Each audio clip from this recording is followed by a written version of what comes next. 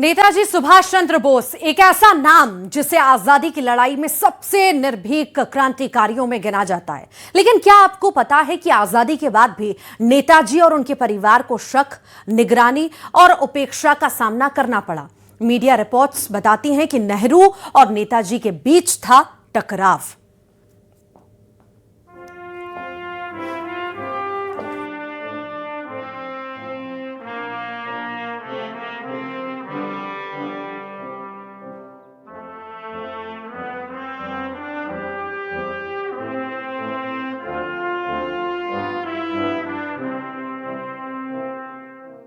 नेताजी सुभाष चंद्र बोस एक ऐसा नाम जिसे आजादी की लड़ाई में सबसे निर्भीक क्रांतिकारियों में गिना जाता है।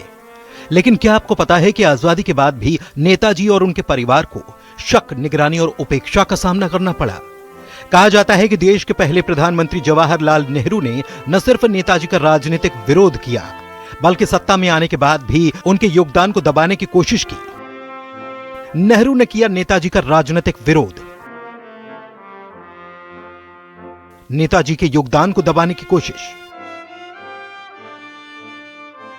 वक्त था 1939 का। कांग्रेस में चुनाव हुए। अध्यक्ष पद पर सुभाष चंद्र बोस की जीत हुई और यही जीत कांग्रेस के भीतर बड़े टकराव की वजह बन गई। आरोप कि जवाहरलाल नेहरू और उनके समर्थकों के दबाव में ही नेताजी को इस्तीफा देना पड़ा। 1939 में कांग्रेस अध्यक्ष पद का चुनाव। नेताजी ने अध्यक्ष पद पर दर्ज की जीत। नेताजी की जीत से बने टकराव के हालात। समर्थकों के साथ नेहरू ने बनाया दबाव। नेताजी ने पद से दे दिया इस्तीफा। कुछ वक्त बाद सेकेंड वर्ल्ड वॉर के दौरान नेताजी ने आजाद हिंद फौज बनाकर अंग्रेजों के खिलाफ हथियार उठाए, तो तब भी नेहरू उसके खिलाफ खड़े थे। मीडिया रिपोर्ट्स बताती हैं कि अप्रैल 1942 में गुवाहाटी में नेहरू ने साफ कहा कि अगर नेताजी जापान की मदद से भारत आए तो वे उनसे भी लड़ेंगे। यही नहीं, नेहरू ने विदेशी मदद से आजादी की लड़ाई को गुलाम मानसिकता तक कह दिया और नेताजी और आईएनए को गुमराह बताया गया। गुवाहाटी में नेहरू जी ने दिया खुला बयान, जापान की मदद से नेताजी आए तो लड़ेंगे। विदेशी मदद को बताया गुलाम मानसिकता। हालांकि वक्त बदला, देश आजाद हुआ, लेकिन आजादी के बाद भी हालात नहीं बदले।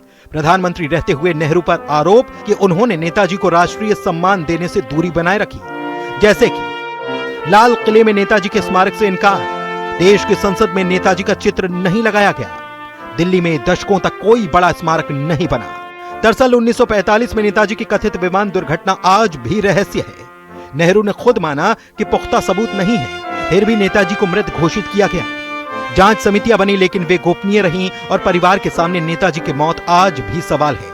मीडिया रिपोर्ट्स बताती हैं कि साल 1948 से 68 तक नेताजी के परिवार पर खुफिया निगरानी रखी गई। उनके घर भेजी जाने वाली चिट्ठियां खोली गई, यात्राओं पर नजर रखी गई, निजी बातों तक को रिकॉर्ड किया गया। विमान दुर्घटना का रहस्य बरकरार, नेताजी की मौत से नहीं उठा पर्दा, नेताजी के परिवार पर रखी गई नजर। 1948 से 68 तक खुफिया निगरानी, घर वालों की बातों को किया गया रिकॉर्ड। लेकिन आज जब नेताजी से जुड़ी फाइलें खुल रही हैं और उन्हें राष्ट्रीय सम्मान मिल रहा है, तो सवाल फिर उठ रहा है कि राजनीतिक प्रतिद्वंद्विता में एक महान क्रांतिकारी के साथ इंसाफ नहीं हुआ। क्या आजादी के बाद भी नेताजी को वो सम्मान नहीं मिला जिसके वे हकदार थे? Bureau report, news 18।